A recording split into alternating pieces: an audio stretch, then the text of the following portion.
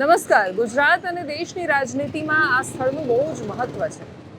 આ સ્થળે દેશની રાજનીતિ બદલી છે. દુનિયામાં ગોધરા જાણીતું બન્યું છે. ગોધરાનો મતલબ એક સમયે ગૌધરા થતો હતો કે જે ગાયોની ધરતી છે, અને એના પછી ગોધરા રમખાણો માટે યાદ રખાયું. પરિસ્થિતિ બદલાઈ છે. એ બદલાયેલી પરિસ્થિતિ પછી આટલા વર્ષો પછી 20 વર્ષ પછી ગોધરા શું વિચારી રહ્યું છે?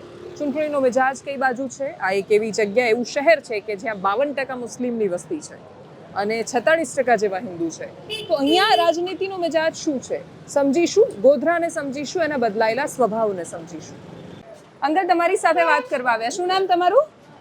पहले तो आपका लोगो दिखाइए, आप किसी पार्टी के प्रमोटेड है नहीं, या हाँ। तो फिर कौन सी मीडिया से, ये पहले दिखाइए। जमावट मीडिया नाम है, लेकिन हमारा बूम खराब हो गया तो हम इसमें लेकर आए और हैं. दूसरी बात ये है हाँ। कि आप जब तक पूरी बात नहीं सुनेंगे माइक हटाओगे नहीं, मुझे वचन दो पहले। ठीक है, आप बोलिए. 2 दिन पहले यहाँ एक मीडिया वाले आई थी, बस यही पार्टी की। 2 चौपड़ी पड़ा हुआ, दो स्टैंडर्ड पड़ा हुआ, आदमी से पूछते आप क्या करते हो? मैं ठेला लगाऊं, मजदूर हूँ वगैरह। सवाल करे ऐसे आदमी को।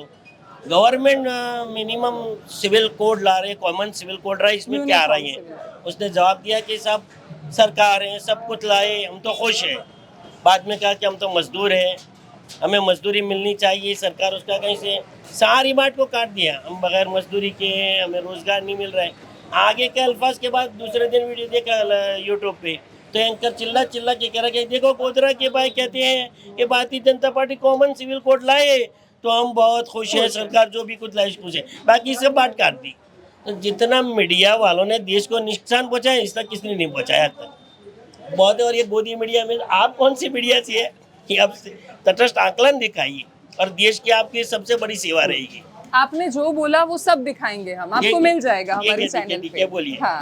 आपका क्या सवाल है, बोलिए आप। हम एक्चुअली ये समझना चाहते हैं कि हम गोधरा में जब से आए हैं, हमने बहुत सारे इलाकों में, ये लालबाग वगैरह इलाकों में बात की. मुसलमान ज्यादा खुल के बात क्यों नहीं कर रहे चुनाव के मुद्दे किस पे? चीज की बात नहीं कर रहे हैं? चुनाव पे. अरे भाई, मुसलमान कहाँ से चुनाव? मुसलमान ने देश का गरीब, वंचित, शोषित तबका रोजगार मांगता है, इंसाफ मांगता है।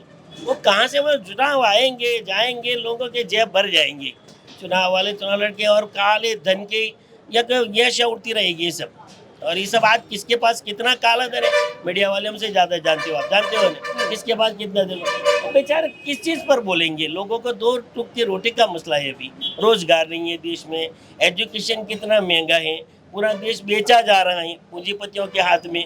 पूरा इंफ्रास्ट्रक्चर सालों का खड़ा किया हुआ आज कुछ पूंजीपतियों को देखा जाए तो मुसलमान या कोई गरीब, शोषित, वंचित क्या बोलेगा? वो तो इंसाफ मांगता है। जिसका शोषण हो रहा है वो बंद करना चाहता है, वंचित है वो अपनी तक मांगता है। जो हिस्सेदारी जिसको यही नहीं मिल रही है देश के इंफ्रास्ट्रक्चर में, देश के संसाधनों पर, वो हिस्सेदारी मांगता है। वो चुनाव के बारे में क्या बोलेगा? लेकिन चुनाव के बारे में तो बोलना पड़ेगा ना, क्योंकि आप सरकार चुनते हैं। गुजरात में और गोधरा में 52% मुसलमान है, तो वो तो सरकार तय कर सकते हैं गोधरा में एमएलए कौन आएगा वो. देखिए, हर एक का नजरिया होता है, एक का हर कोई ना कोई पार्टी से जुड़े गए, हर एक की अपनी विचारधारा होती है। अच्छा, आपकी मैं कौन जिस सी पार्टी की विचारधारा से मानता होगा उसको मैं वोट दूंगा। आप जो कांग्रेस जिस से विचारधारा जुड़े से हुए मानते हैं? हैं, नहीं, मैं ऑल इंडिया मजलिस इत्तेहाद मुस्लिमीन से जुड़ा हुआ। अच्छा, एआईएम. तो यहाँ जी। एमआईएम का कितना जोर है? जी, हमें यहाँ भी कैंडिडेट खड़ा किया है। लोगों का हमें प्यार है और इंशाल्लाह लोग हमें चुनेंगे, ये हमें उम्मीद है। ये लोग आमतौर पे आकलन के बाद और नंबर्स देखने के बाद ये सवाल करते हैं असदुद्दीन ओवैसी को कि वो वोट कटुआ साबित होते हैं हर बार. जैसे कि गोधरा में एमआईएम है, आम आदमी पार्टी है, कांग्रेस है, तो ये तो भाजपा की जीत आसान करती है चीजें. नहीं, बिल्कुल गलत बात है।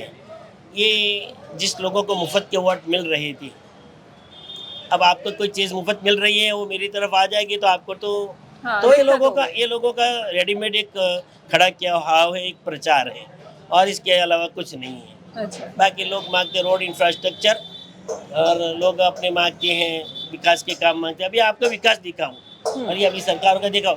देखिए, यहाँ चलिए, ये 2 रास्ते हैं। हाँ. ये रास्ते जनरल की तरफ जाता है, दूसरा रास्ता मुस्लिम कम्युनिटी रेलवे स्टेशन क्या नहीं, या नफरत की दीवार खड़ी हुई है, या कचरे के ढेर। अभी चाँद पे चले अपने देखिए, चलिए देखिए ये क्या चीज़ है? नफरत की दीवार खड़ी हुई है, ऐसा बोला आपने. देखिए, ये 2 रास्ते हैं। हाँ. उसके बाद क्या किया, या मुस्लिम कम्युनिटी के जुड़ा हुआ रास्ता है ना, हाँ. और देखिए वहाँ पर दीवार लगा दी।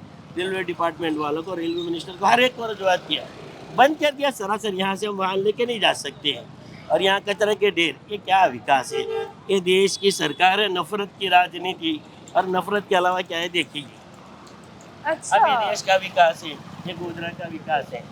ये नफरत की दीवार किसने खड़ी की? ये सरकार का दी। वहाँ हर रेलवे स्टेशन का आप देखिए, कहीं ना कहीं बहुत लंबा पड़ता है तो दूसरा एक एंट्री एग्जिट छोटा सा गेट होता है। वहाँ सालों से एक गेट लगा हुआ था, जो बेचारे वहाँ से आने वाले दूर से बेचारे गरीब तबके के लोग वहाँ से निकल के चले जाते थे। वहाँ भी पैक कर दिया। क्या तो गोधरा कांड हुआ था, 2002 की बात है यार। इसकी वजह से गोधरा कांड हुआ था क्या? ये रास्ता बंद करिए नफरत की दीवारें, और ये ढेर कचरे के लगा दिए। ये किसने किया? ये कौन करता है? पब्लिक का क्या ये बात कब करेगी? लगाया? ये जी? कब लगाया ये दीवार? मतलब कब बनाई? पहले खुला हुआ था रास्ता? 2002 के बाद। 2002 के बाद। हाँ, तो ये नफरत की राजनीति करने वालों ने देश को बांटने के अलावा कुछ नहीं किया है।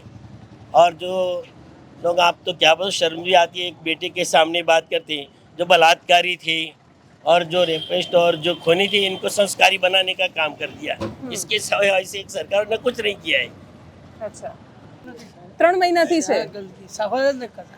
કોર્પોરેશનમાં ગયું ને તો કાકા કોર્પોરેશનમાં તો એમઆઈએમ પણ ચૂંટાઈને આવી હતી जी जी जी, કોર્પોરેશન में तो एमआईएम भी चुन के आई थी कॉरपोरेशन के साथ इनके चुन के आए, लेकिन ये कॉरपोरेशन ने नहीं लगाया है, हाँ नहीं नहीं ये रेलवे डिपार्टमेंट ने लगाया है। कॉरपोरेशन का इसमें रोल नहीं है। नहीं लेकिन ये और पूरा ये तो तो क्या हटाना है कि चाहिए जैसे ना। पाकिस्तान और भारत के बीच, भारत और पाकिस्तान के बॉर्डर पर 50 मीटर के फासले पर बॉर्डर बनी हुई है, ऐसे खुद रेलवे डिपार्टमेंट और भारतीय जनता पार्टी के रेलवे मिनिस्टर ने बॉर्डर बनाई है, भारत और पाकिस्तान की दीवार बनाई है यहाँ पर।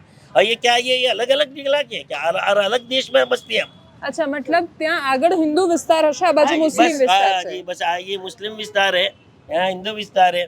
इसलिए उन्होंने क्या किया कि मुस्लिम की तरफ वहाँ पर 50 मीटर का फासला ज्यादा नहीं होगा, आपने देखा हाँ। वहाँ पर ये बॉर्डर बनाई है।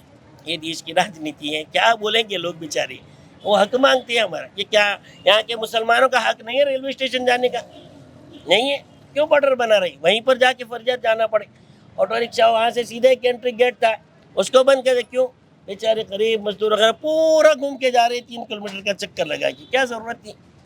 ये बात है। 2002 के बाद फर्क क्या आया यहाँ पे 2002 પછી કઈ બદલાયું કોઈ કશું નથી બદલાય જે છે બંધ કરીને બેસી શું કશું આ બદલાય બધું બંધ કરીને ઉલટા બેસી ગયા. એવું પેલો રસ્તો બંધ કરી દીધો, ઊંચી દીવાલ કરી દીધી, તો ઠીક છે, પણ પેલો રસ્તો બંધ કરી દીધો, આ રસ્તો એ બંધ કરી દીધો. મજદૂરી વાળાને તકલીફ પડે મજદૂરી બધાને તકલીફ પડે. રિક્ષાવાળાને વેકો પકડીને જવું પડે. કોઈ ઉતાવળમાં હોય, ગાડી પકડવાની હોય તો ફરવા જાય તો તકલીફ પડી જાય. પણ 2002 ના તોફાનોએ મુસલમાનોની છબી પણ ખરાબ કરી ને સાથે સબ તો બધું ખરાબ જ થયું છે ને કઈ સારું થયું જ નથી. તો એની અંદર એમાં પણ તો 2002 के પરિવર્તન हाँ दंगे थे, सिर्फ किसी एक आदमी विशेष को प्रमोट करने के लिए किए गए थे। पूरी दुनिया के मीडिया, पूरी दुनिया की यानी तफ्तीश करने वाली एजेंसियाँ, जांच एजेंसियाँ इस पर सहमत है कि वो कांड क्यों हुआ था, कैसे हुआ था, किसने करवाया था। बड़े बड़े यानी कमीशन भी बन चुके हैं, इनके भी रिपोर्ट आ चुकी है। और लेकिन 2002 से पहले भी गोधरा में तो दंगे हुए थे 1947 में भी दंगे मतलब तो होते रहे। सिंधी और बाकी सब में हुआ इसीलिए करते तो थे। लो टारगेट चुना था ना। टारगेट कौन चुनेंगे? लोग। जैसे सेफ टारगेट चुनेंगे।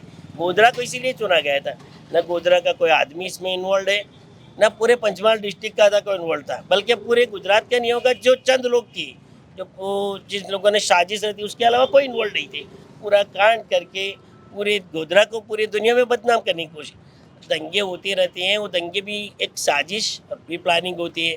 और आज तक मैंने एक किताब पढ़ी थी महाराष्ट्र के एक रिटायर्ड आईजी SM मुशर्रफ साहब की, उसमें साफ लिखा था कि 1947 नहीं बल्कि इससे पहले से जितने भी दंगे हुए हैं सब में RSS का रोल है। उस उन्होंने वक्त तो बहुत तफसील RSS में आपको भी नहीं देता है। था। RSS बहुत कहाँ से? पहले से है मैडम, आप नहीं नहीं जान उतना कम है। पुराना नहीं है नहीं नहीं मेरा ज्ञान कम RSS होगा 100 आपसे, साल हो गए लेकिन RSS को। लेकिन उतना पुराना RSS को संगठन 100 नहीं है साल हो उतना गए। बड़ा कि वहाँ उससे पहले पर्दे दंगे के पीछे करवा उनकी सके। तंजीमें तो हुई थी, RSS थी।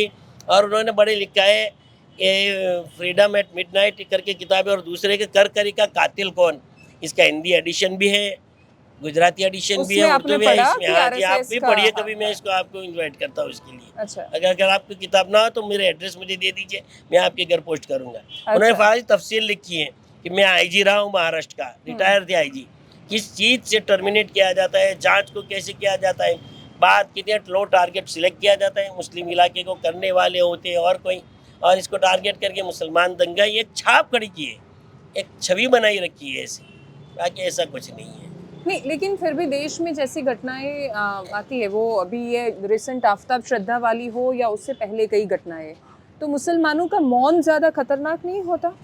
ऐसे कौन सी मानना घटना है? है? हाँ? कौन सी आप घटना? तब मुस्लिम नहीं है। मुस्लिम है, पारसी नहीं है, वो पारसी है। व्हाट्सएप मैसेज था, वो पारसी नहीं है, वो मुसलमान है, और वो फर्क और नहीं जो भी पड़ता है, उससे। एक चीज़ है, लेकिन एक फिर भी चीज़ बोलना है, चाहिए ना। चलो मुसलमान है, उसके लिए आप ट्वीट देख लीजिए, ट्विटर पर देख लीजिए, ट्विटर के ऊपर सारे लोगों ने लिखा है कि उसको फांसी होनी चाहिए, ये काम बहुत बुरा है, नहीं किसी ये इंसानियत के खिलाफ है ये काम, हम सब लोग बोल रहे हैं। जब इसके सामने आप ही सामने देख लीजिए, ये गोधरा हत्याकांड के जितने भी लोग हैं जिनका कसूर साबित हो चुका है, बहुत सारे लोगों ने मिलके मारा था, उन लोगों को संस्कारी बताना वो कितना बुरा है। उसके लिए किसी ने कुछ कहा? उसके लिए तो कोई कुछ बोलने को तैयार नहीं है। ये मॉब लिंचिंग जितने हुए हैं, जितनी भी ये लड़कियों के जहाँ पर भी बलात्कार हुए, कुछ भी हुए, किसी भी गैर मुस्लिम का भी हुआ है, अगर मुसलमान नहीं है, मुसलमान के अलावा कोई हिंदू लड़की भी है और हिंदू मर्द ने भी किया है, तो उसको धर्म के नाम से नहीं बताते। मीडिया का ही सबसे ज़्यादा रोल अभी पिछले 2014 के बाद से सबसे ज़्यादा देश को तोड़ने में मीडिया का सबसे बड़ा रोल हो रहा है। अच्छा, इसके अंदर आफताब है तो मुस्लिम है, वो सामने पीछे लगा दिया, चलो पारसी है कि नहीं है वो मैं उसके साथ कुछ भी नहीं है, वो जो भी है जिसने भी काम किया है वो गलत ही किया है। अभी मैं आपको थप्पड़ मारूं तो मर्द ने क्यों थप्पड़ मारा वही है, गलत चीज़ है यानी गलत ही है वो चाहे हिंदू करे मुस्लिम करे, किसी के कम्युनिटी के अंदर किसी के धर्म ग्रंथ के अंदर ये लिखा हुआ नहीं है कि ऐसे किसी को आप लूट सको। किसी की भी की इज्जत होती है, हर एक को इज्जत देना, हर एक के साथ इज्जत से पेश आना, ये हमारे संस्कार हर धर्म के अंदर लिखे हुए हैं। अच्छा, तो आपका ऐसा मानना है कि मुसलमान कट्टर नहीं है, लेकिन उनकी छवि ऐसी बनाई गई है? तो यही है, ये अभी तक का जो भी माहौल है। आप अभी मैं भी एक सोशल वर्कर की तरह काम किया है, मैंने कोरोना के अंदर भी मैंने देखा जितना भी है वो सब कुछ हुआ है। हर जगह हमने ऐसा देखा है कि कितना इसके अंदर मुसलमानों को कट्टर बताया जाता है। जैसे दिल्ली के अंदर एक चीज़ है कि आप अगर मेरे घर पे आए हो और मेरे घर पे आप बाहर से आए हुए हो, 10-15 मेहमान आए हुए हैं, मेरे घर कोई ओकेशन है उसके अंदर सब आप इन्वॉल्व हुए हैं, इसके अंदर आप आ गए और सरकार ने बंद करे, कोई ट्रांसपोर्टेशन नहीं है, अब मेरे घर के अंदर 50 आदमी रहते हैं तो वो क्या बोलेंगे इसको? ऐसे यानी मुस्लिम को टारगेट बनाया जाता है। उसके बाद ये सब आया कि भाई मुसलमानों के कुछ है नहीं, इसमें सब कोविड का ऐसा है नहीं। मुसलमान नेता तो लेकिन भाजपा में भी है ना? वो तो सब खाली रहेंगे वो सब उनके दामाद है, इसके लिए है, दामाद ही है सब, बाकी कोई है नहीं। जनता पार्टी में वही लोग जुड़ेंगे मुसलमान जो दामाद बना दिए हैं। और एक बात है, इसकी बात नहीं है, आप मुस्लिम करने वाले जो लोग हैं, जो लोग हिंदू मुस्लिम करने वाले हैं, उन्होंने खुद ने अपनी लड़कियां मुसलमानों को दी हुई है, क्योंकि उनको पता है कि सबसे ज़्यादा सुरक्षा वहाँ पर ही मिलेगी। हमारे जो मोहम्मद पैगंबर साहब हैं, उन्होंने सबसे ज़्यादा औरतों को इज्जत देने का काम किया था, और इतिहास के अंदर अभी तक की जितनी दुनिया जब से बनी है तब से अभी तक का लेके उनसे अच्छा न्याय किसी ने नहीं दिया है। अच्छा। और औरतों को इज्जत भी किसी ने नहीं दी है, किसी भी धर्म ने नहीं दी है। मुसलमान ज्यादा किस बात को मानते हैं, कुरान को या संविधान को? देखिए, मजहबी तौर से तो कुरान ही है, संविधान और देश के चलाने का कानून एकमात्र है। हाँ। हम संविधान के खिलाफ नहीं है, लेकिन इसके बाद ये नहीं है कि संविधान के लिए हम अपने ईमान को छोड़ देवी, कुरान को छोड़ दे, अपने कलमे को छोड़ देवी, ये हमारे मजहबी लाइन है। आप इस दो को क्यों मिला रही हैं? हर देश का संविधान होता है। कल जाके क्या आप रशिया में रहने गए तो आप रामायण महाभारत को मानोगे, आपका जो भी मजहब है मुझे पता नहीं है, सॉरी, कुछ ऐसा आपको न लगे कि आपके ऊपर टीका कराओ, तो आप रशिया के वहाँ के नागरिक बन गई। मेरा तो धर्म क्या पत्रकार है अभी। ये नहीं पत्रकार है, लेकिन आप वहाँ चले गए, एक बार रशिया के आप बन गए नागरिक, तो क्या आप रशिया के संविधान को ही मानेंगे? आपकी अपनी जो पैदाइशी जो सिस्टम है, अपने जो धर्म है, इसको भी मानेंगे कि नहीं मानेंगे? नहीं, मैंने ये सवाल जो अभी बुर्के को लेकर हुआ था, हिजाब को लेकर पूरे देश में चर्चाएं हुई, उसके अलावा ट्रिपल तलाक को लेकर हुई, उसके रिगार्डिंग पूछा कि ज्यादा प्रेफरेंस क्या है? तलाक का मसला आपको अपने हिसाब से दो आंखें, तो आप कौन सी आंख से देखते हो? दोनों आंखों से देखते हो, तो हम भी ऐसे साथ में लेकर चलते हैं। अच्छा, संविधान को और अपने धर्म का है, हिजाब का वगैरह जो भी मुद्दा है। अभी आप यहाँ पर आए हो तो आपने ये कपड़े जो पहने हैं वो किसके कहने से पहने हैं? आप अपने खुद की इज्जत है, आप खुद के हिसाब से पहन सकते हो। आप अभी ये जो कपड़े हमने फुल पहने हैं तो हमें तो कुछ है नहीं, हम भी ऐसे कपड़े निकाल के घूमेंगे और सब सामने आएंगे तो कैसा लगेगा आपको? वो चीज़ है ना। अब जिसको जिस तरीके से रहना है, हर चीज़ तो कुछ किसी के हिसाब से नहीं चलती ना। संविधान के अंदर सबको लिखा हुआ है। पंजाब के अंदर देख लीजिए कि वो पंजाबी और पहले के आगे से जो भी धर्म है, हिंदू धर्म में भी सबको साड़ी पहनना और घूंघट निकालना सब चीज़ लिखा हुआ है और वो लोग कर ही रहे हैं। सबको करना चाहिए, उसके अंदर किसी को बाधिया नहीं देना चाहिए कि भाई ये काम नहीं करो। प्रेशराइज जो किया जाता है और ये सिर्फ एक मुस्लिम प्रोपेगेंडा चला के हिंदू वोट बैंक जमा किया जा रहा है। क्या हमने नहीं, मैं मुसलमानों के लिए काम किया है? उसी मसले पे मुझे समझना है कि बाकी सब इलाकों में जाते हैं तो ज़्यादातर चर्चाएं हमारी रोड को लेकर या शिक्षा को लेकर या रोजगार को लेकर होती है। मुसलमान इलाकों में जब आते हैं तो वो चर्चाएं धर्म से रिगार्डिंग क्यों सिमट कर रह जाती है? आप ही चर्चा छेड़ते हैं तो सवाल ही वही आपने होता अभी है से आज तक मुझे शिक्षा के बारे में नहीं पूछा। नहीं, मैंने इसीलिए आपका मैंने पहला ही पहले सवाल नहीं था, नहीं, आपने- मेरा आपने- पहला सवाल मसलों को लेकर था कि मसले क्या है। आपने बोला कि नफरत की दीवार है, पहला सवाल था सर। अब नहीं, थोड़ा आपने मतलब शुरू आप- कहाँ से किया था? हाँ, मैंने मसलों से करते हैं, लेकर उनके मसले दबाने के लिए धर्म का मसला लाते चर्चा हैं। से किया था। कोई विकास होता नहीं है उसके लिए धर्म का मसला लाते हैं, वरना हमारा रोड का मसला है, शिक्षण का मसला है, बहुत प्रॉब्लम्स है हमारी। लेकिन ये सब ये विकास का मसला है, लेकिन उसको दबाने के लिए धर्म का मसला लाते हैं ये लोग। अच्छा, तो हम सुबह मतलब बहुत सारी जगह पे जाकर आए, आप लोग खुलकर बोले, वरना मुसलमान हमसे ज्यादातर बात नहीं कर रहे थे, निकल रहे थे। करते हैं। हाँ, मैडम, सही ऐसा नहीं बोलेंगे है। तो एक फिर वो चीज़ एक्शन है। लेंगे वो लोग। अच्छा, मैडम एक चीज़ है कि बोलना इसलिए नहीं अच्छा लग रहा है कि हम जो भी बात कर रहे हैं वो पूरी बात हम करेंगे क्या कि भाई हमने यहाँ पर से कि इसको थप्पड़, मैडम को थप्पड़ मार दिया, पत्रकार को थप्पड़ मार दिया, पर किस वजह से मारा वो उसकी आगे चर्चा की जो नहीं बात होगी। है हाँ। वो पूरी बात कट हो जाती है और सिर्फ थप्पड़ मारा वही हाईलाइट होके दिखाया जाता है। इसीलिए आपको लगता है कि तो मीडिया जो भी बायस बात- रखती है, अभी इसलिए आप नहीं मैं बात करते। बोलूँगा कि अगर मैंने किसी भी पार्टी के विरोध में बोला है तो किसी के पार्टी के पक्ष में मैंने बोला तो वो बात के अंदर उसके अंदर से जो फायदा होगा जो अपने मीडिया वाला मन है का पसंदीदा निकाल देंगे आधा और नहीं, फिर वो चलाएंगे जो ऐसा। जिस पार्टी को सपोर्ट करने वाला वो मीडिया रिपोर्टर होता है वो उसके हिसाब से वो वही बात चलाता है, बाकी की सब बात पीछे से निकाल देता है। अभी मैं यूं बोलूं कि सीके को हम वोट नहीं देंगे, पर क्यों नहीं देंगे वो बात नहीं बताएंगे, बस हम वोट नहीं देंगे यानी मुसलमान सीके को वोट नहीं देना नहीं चाहता, देता, वही बात हाँ। चलाएंगे, उसके अलावा कोई बात नहीं चलती। इसलिए नहीं, किसी हम को भी कोई नहीं पूछते बोलता। हैं, जैसे हम चेहरा में जाकर आए तो वहाँ लोग बता रहे थे कि हम जेठाभाई को वोट देंगे, तो हमने पूछा कि अब मुसलमान भाजपा को भी वोट करते हैं ऐसा? ऐसा तो नहीं है, कोई हाँ, देते इसलिए हैं, उन्होंने हर बोला कि करते हैं। तो अलग अलग है क्षेत्र के हिसाब से। डेमोक्रेसी में हर एक का अधिकार है, चाहे कोई किसी को वोट देवे। अगर आपकी विचारधारा भाजपा के साथ है तो वो आप इनको भाजपा दीजिए, के दो। लेकिन आप दीजिए, किसी को रोकिए मत। हाँ, हर एक को अपना अपना अधिकार है।